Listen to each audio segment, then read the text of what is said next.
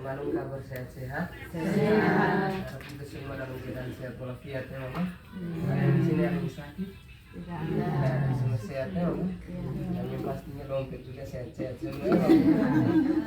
Baik mama.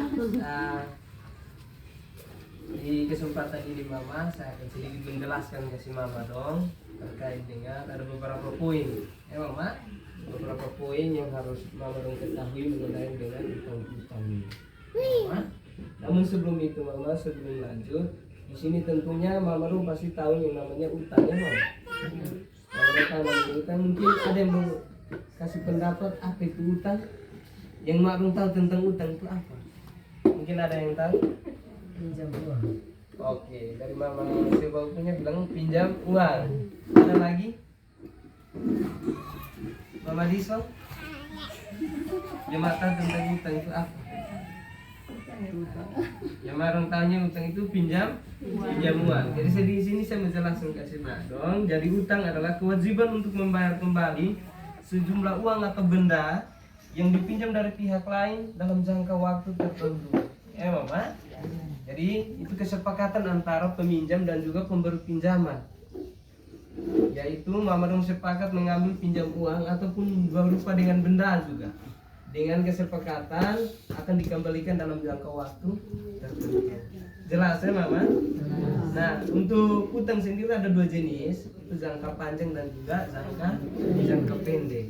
Nah, untuk yang jangka pendek itu mama, ketika mama mengambil utang itu mama mengambil waktu dalam jangka waktu 1 tahun atau 6 bulan begitu. Itu yang dinamakan dengan utang jangka pendek. Ya mama. Sedangkan kalau jangka panjang itu utang yang jatuh tempo lebih dari 1 tahun. Jelas ya mama? Jadi ketika mama dong berutang atau mama dong mengambil pinjaman dalam jangka waktu 1,5 tahun atau 2 tahun bahkan sampai 3 tahun itu ada yang dinyatakan dengan utang jangka panjang. Jelas ya mama? Nah di sini mama contoh biasa mama dong berhutang itu ada dari lembaga keuangan ya mama, atau dikenal dengan koperasi. Ada bisa dari mama dong berhutang di Bank BRI. Bahkan sekarang kebanyakan ya ibu-ibu di sini biasa berhutang mengambilnya di lembaga keuangan ya mama. Kebanyakan di sini rata-rata banyak kompetitor yang ada di sini yang mama dong ambil ya mama. Selain di Pemida juga ada banyak lagi kompetitor lain. Seperti itu ya mama. Jadi utang itu mama bisa akses itu di pinjaman di BRI dan juga di lembaga keuangan yang lain. Nah, di sini mama terkadang banyak pendapat ya mama. Pendapat mengenai dengan utang ini. Ada yang berpendapat bahwa utang itu baik, ada yang bilang utang itu tidak baik ya mama. Pasti ada tuh mama. Ada yang bilang kita utang ini bagus, ada yang bilang kita utang ini sudah baik. Seperti itu.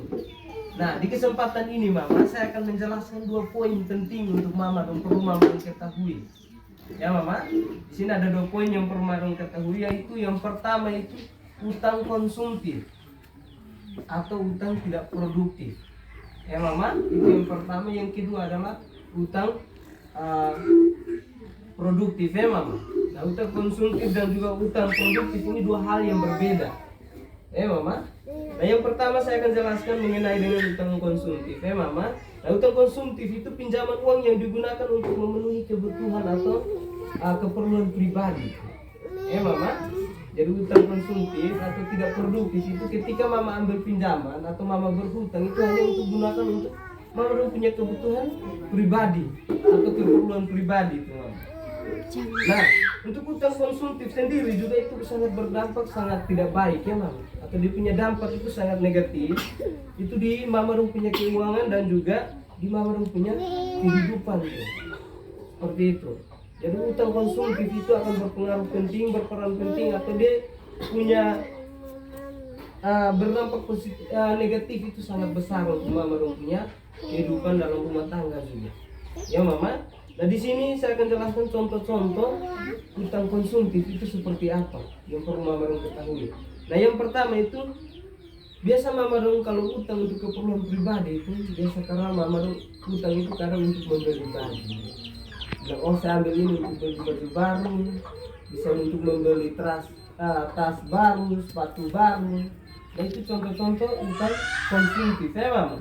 Kadang ada yang juga menggunakan pinjaman atau mama dong berhutang ini untuk hanya pakai untuk liburan saja.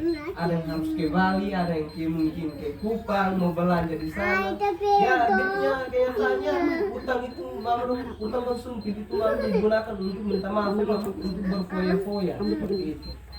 Nah, itu yang tidak baik, itu akan berdampak sangat tidak baik untuk mama. Ya mama, itu untuk konsumtif punya.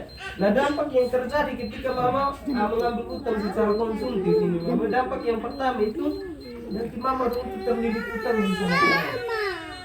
Mama, ketika mama ambil untuk pinjam untuk beli tas baru, beli sepatu baru, yang mama dong punya itu tidak akan mendapatkan masukan mama, atau mama dong tidak dapat seperti pengembalian yang baik seperti itu mama, sehingga nanti ujung-ujungnya terlilit utang. Karena apa?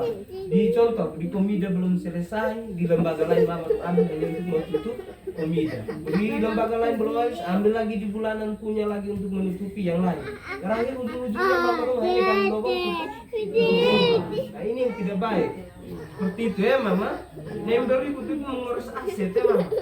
Artinya aset yang mama punya itu dia punya nilai tambahnya itu akan semakin berkurang, atau nilai jual belinya itu akan semakin berkurang. Jadi contohnya mama beli sepatu baru atau beli baju, itu otomatis nanti mama punya nilai jual itu akan semakin berkurang. Ini hari mama beli sepatu yang harga 600.000, 3-4 bulan ke depan mama jual itu pasti harga tidak sampai 300-400. Paling minimal mungkin hanya 100.000. Jadi nilai asetnya itu semakin berkurang seperti itu. Jelas ya mama? Jelas. Dan juga ada dampak yang terakhir itu kerugian di masa depan. Mama, ketika mama ambil hanya untuk kebutuhan, dia punya kerugian ke depannya itu akan sangat-sangat fatal sekali. Ujung-ujungnya apa? Kita biasa dengar mungkin ada yang menjual dia punya barang-barang dalam rumah. Itu karena apa? Karena utang tidak pakai untuk kelola usaha. Seperti itu mama. Nah penyebabnya terjadi utang konsumtif ini mama, yang pertama itu karena gengsi. Mama, biasa orang-orang di sini nih biasa karena gengsi bilang oh saya pinjam ini karena itu tetangga sebelah itu punya baju baru, masa saya tidak punya baju baru, atau tetangga sebelah punya tas baru, saya tidak punya tas baru. Karena gengsi, kalau gengsi mampu pinjam di lembaga lain hanya untuk mobilitas premium, mobilitas, beli sepatu, barang-barang mewah. Seperti itu mama. Nah itu dia punya penyebab. Yang kedua itu perasaan takut ketinggalan tren mama. Kadang tren ini bulan atau bulan Desember bilang harus sampai rambut, kuku dong harus dikasih kutek. Karena itu uang tidak ada paksa utang, sedangkan tidak ada pengembalian sama sekali. Karena ujung-ujung mama dong yang akan sengsara dengan utang yang ada. Mama. Yang berikut adalah penyebabnya itu juga ingin membeli sesuatu di luar kemampuan. Terkadang kita punya kemampuan, contohnya mungkin oke, saya beli tas hanya satu saja, tetapi karena gengsi dengan perasaan tinggi tetangga sebelah, akhirnya bilang soalnya saya harus utang untuk beli yang lebih daripada itu. Nah ini yang tidak baik mama. Ini utang konsumtif seperti ini yang perlu diperhatikan seperti itu. Mama. Jadi di sini mama utang konsumtif itu ketika mama gunakan pinjaman itu hanya untuk kebutuhan pribadi saja, tidak pakai untuk kelola mama. Yang berikut adalah utang produktif mama. Nah utang produktif adalah pinjaman yang digunakan untuk meningkatkan penghasilan mama. Jadi kalau tadi konsumtif punya digunakan untuk kebutuhan pribadi, sedangkan produktif ini mama menggunakan pinjaman untuk bisa mendapatkan penghasilan lagi mama. Nah di sini contoh utang produktif itu yang pertama itu mama harus bisa membuka usaha. Contoh kita memberikan pinjaman kepada ibu-ibu untuk gunakan untuk usaha. Kelola dulu dia punya keuntungan baru mama bisa pakai. Itu yang pertama. Yang kedua itu membeli peralatan mama. Membeli peralatan bisnis. Contohnya di sini ada yang berbisnis, mungkin butuh peralatan, pakai untuk kelola untuk membeli peralatan. Nah yang berikut adalah kredit motor atau mobil juga itu bisa membantu mama untuk pinjaman produktif.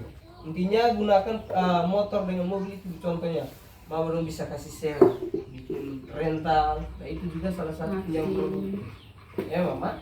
supaya bisa mendapatkan penghasilan. Selain mama dong utang untuk membeli motor, bisa juga mama dong bisa, suami dong bisa pakai ojek untuk bisa mendapatkan hasil yang baik juga. Mama.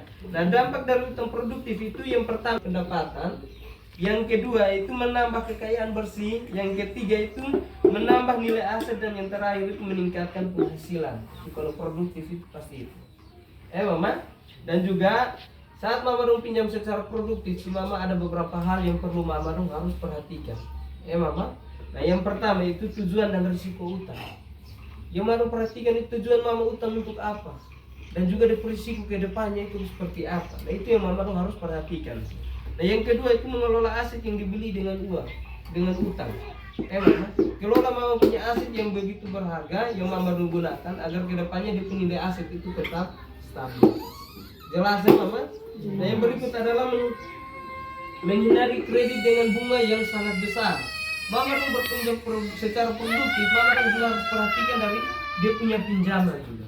Karena pinjaman juga mama harus perhatikan dari dia punya suku bunga tuh. Karena orang yang produktif pasti akan pinjam dengan bunga yang paling rendah. Mama? Nah, yang terakhir adalah banyak pakar ekonomi atau pakar keuangan yang menyarankan agar ketika kita dia punya rasio cicilan utang itu harus 30% dari kita punya keuntungan. Ketika mama usaha, mama punya keuntungan, yang mama kasih keluarkan itu hanya 30% saja dari mama punya keuntungan. Nah, itu ciri-ciri atau itu yang perlu mama harus perhatikan sebelum pinjaman produktif ini. Jelas ya mama? Sampai sini saya harap apa yang saya sampaikan ke mama itu bisa bermanfaat ya mama. Kelola mama punya perekonomian dengan baik, boleh utang karena tidak semua utang itu tidak baik. Semua tergantung dari mama punya pribadi, bagaimana cara untuk mengelola.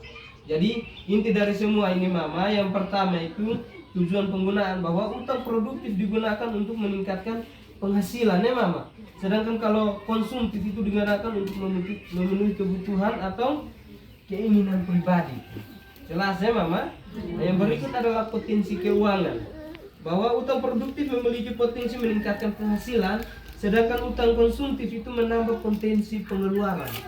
Jadi produktif punya itu mama dong meningkatkan mama punya penghasilan, sedangkan konsumtif punya itu mama dong mengeluarkan banyak pengeluaran untuk utang konsumtif ini. Jelas ya mama?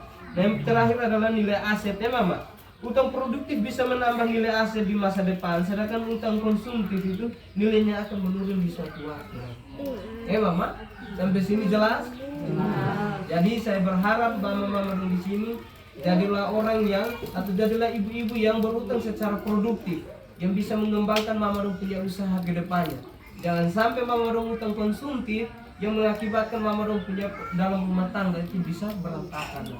Karena sudah banyak hal yang terjadi di sini, bahkan mama juga pasti jadi saksi bahwa beberapa orang di sini ada beberapa kejadian, bahkan di kota Tambuas ini banyak kejadian seperti itu. Karena pertengkaran dalam rumah, karena mengakibatkan banyak utang piutang. Jelas ya mama?